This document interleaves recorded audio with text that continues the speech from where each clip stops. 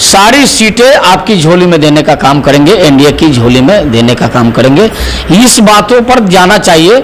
अब तो अभिवादन करने के तरीके अलग अलग होते हैं, इसलिए बिहार के मुख्यमंत्री ने कहा क्या, माननीय प्रधानमंत्री जी ने बिहार के बारे में क्या भरोसा दिलाया, इन किसने क्या किया, किसने कैसे प्रणाम किया, किसने कैसे अभिवादन किया, इन सब चीज़ों को बहुत दिन खींचने से बहुत कुछ मिलने वाला नहीं है। ये भारतीय जनता पार्टी के इतिहास में ये स्वर्णिम अक्षरों से लिखा जाएगा।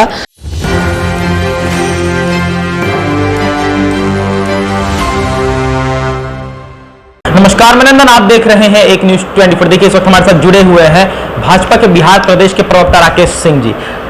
संसदीय दल की बैठक हुई थी, इसको लेकर कल हमने आपसे बात भी किया था, लेकिन बात करने के दौरान ही टीवी पर कुछ और आ रहा था, तो उस समय आपसे हम पूछ नहीं पाए थे। नीतीश कुमार जिस तरीके से प्रधानमंत्री के पैर छूते नजर आए, बहुत अच्छी बात है, लेकिन सवालात के घेरे में फिर से आ गए। बहुत तरह की बातें भी उनको कही जाने लगी।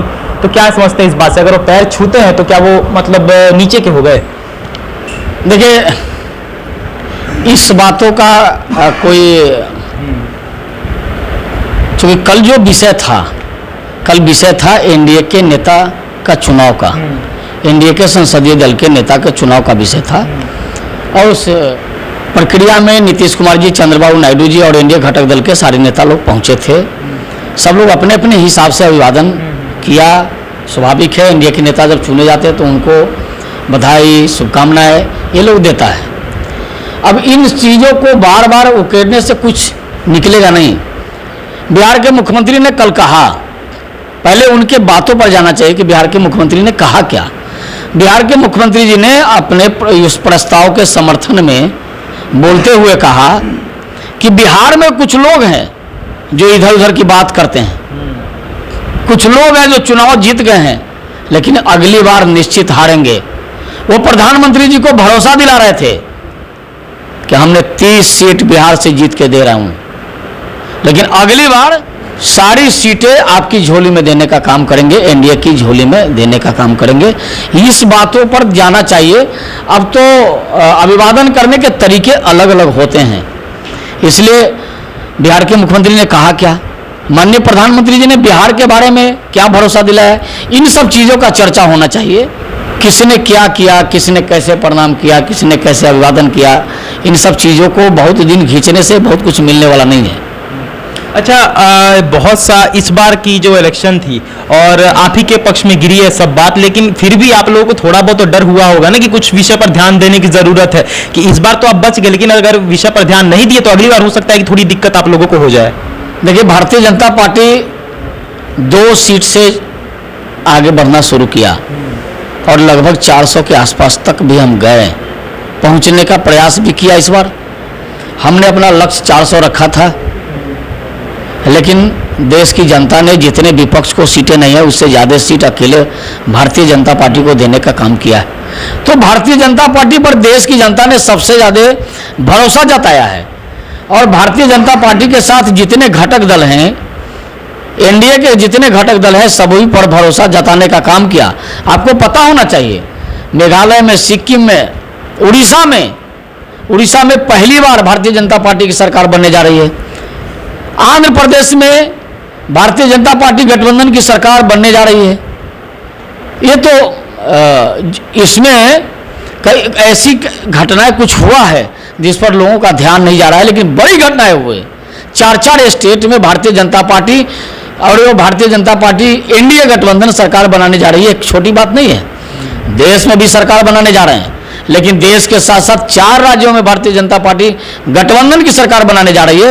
ये भारतीय जनता पार्टी के इतिहास में ये स्वर्णिम अक्षरों से लिखा जाएगा, क्योंकि भारतीय जनता पार्टी देश में दूसरी बार 1962 के बाद दूसरी बार दूसरा ऐसी सरकार है, दूसरी ऐसी पार्टी है, दूसरा ऐसा गठबंधन है जो तीसरी बार सरकार बनाने जा रही है। ये भारतीय जनता पार्टी और इस देश के लिए इतिहास रचने का काम किया गया है। अच्छा, कुछ राज्य ऐसे हैं जहां पर अगर आप लोगों का सरकार होता है तो सर समझिए कि तुरुप का इक्का आप लोगों के लिए वो बनकर निकलकर सामने आता है। उड़ीसा भी उसी में से एक है, बंगाल भी उसी में से एक है। उड़ीसा में तो नवीन पटनायक को आप लोगों ने काम ही उनका कर दिया। अब बंगाल की क्या स्थिति, अभी भी लग रहा है कि अगली बार बंगाल आपके हाथ में आ जाएगा कि या फिर इंतजार करना पड़ेगा? अभी देखिए, बंगाल में जो पिछले 15-17 वर्षों पहले बिहार में जो स्थिति थी, लगभग वही स्थिति बंगाल में है। बंगाल में पूरा लूटपाट मचा है।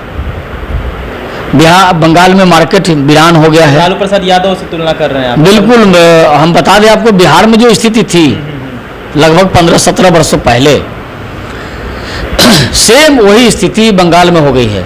बंगाल की जनता कड़ा रही है।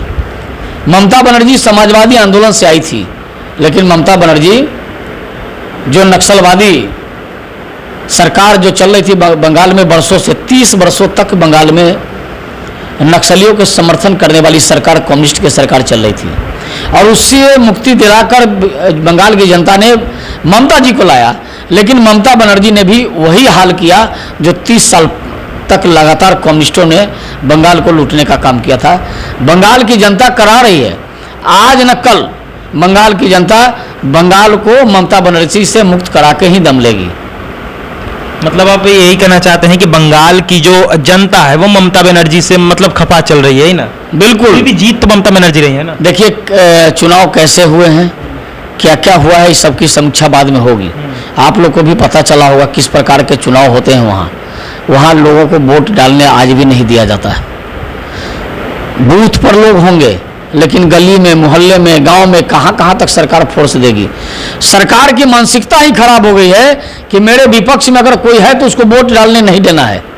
ये बिहार में ऐसा नहीं होता है, ये यूपी में नहीं होता है, या देश के अन्य किसी राज्यों में इस प्रकार की घटनाएं इक्का दुक्का जगह पर होता होगा, लेकिन बंगाल में सरेआम ऐसी घटनाओं को अंजाम बंगाल में टीएमसी की सरकार, ममता बनर्जी की सरकार कर रही है।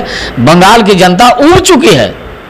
आज न कल, बता रहे हैं आपको, अगले चुनाव में निश्चित रूप से बंगाल की जनता ममता बनर्जी से मुक्ति पा लेगी।